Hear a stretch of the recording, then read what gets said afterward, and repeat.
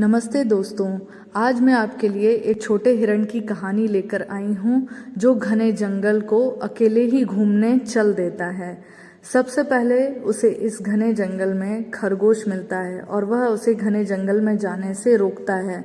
साथ ही घने जंगल में मिलने वाले जंगली जानवरों के बारे में भी बताता है, लेकिन छोटा हिरण उसकी बात ना सुनकर घने जंगल में आगे की ओर बढ़ जाता है।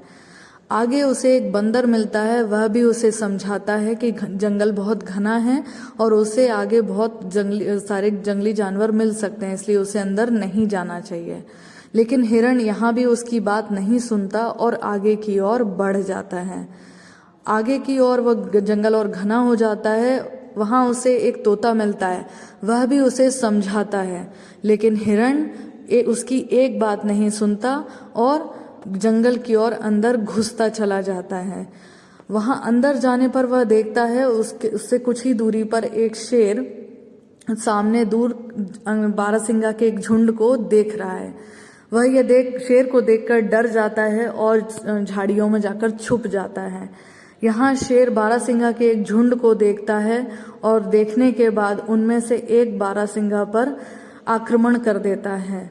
बारहसिंगा और शेर की भयानक लड़ाई होती है। शेर बारहसिंगा के सींग को मुंह में जकड़ लेता है और उसको हाथों से जकड़ लेता है और दोनों ही इसमें घायल हो जाते हैं। शेर का पेट घायल हो जाने के कारण वो जमीन पर गिर जाता है। बारहसिंगा भी लड़ाई में बहुत कुछ घायल हो चुका होता है। दोनों जमीन पर बैठे रहते हैं। यह सब नज़ारा दूर बैठा छोटा हिरण देख रहा होता है और अफसोस कर रहा होता है कि उसको कितनी बार मना किया गया था, फिर भी वह इस घने जंगल में चला आया। छोटे हिरण के पास जंगल में उसे मिलने वाले तीनों लोग खरगोश, तोता और बंदर चले आते हैं और सकुशल उसे उसके झुंड तक पहुंचा देते हैं। छोटा हिरण उनका धन्यवाद करता है और फिर अगली बार ऐसी ना गलती करने के लिए उनसे वादा करता है।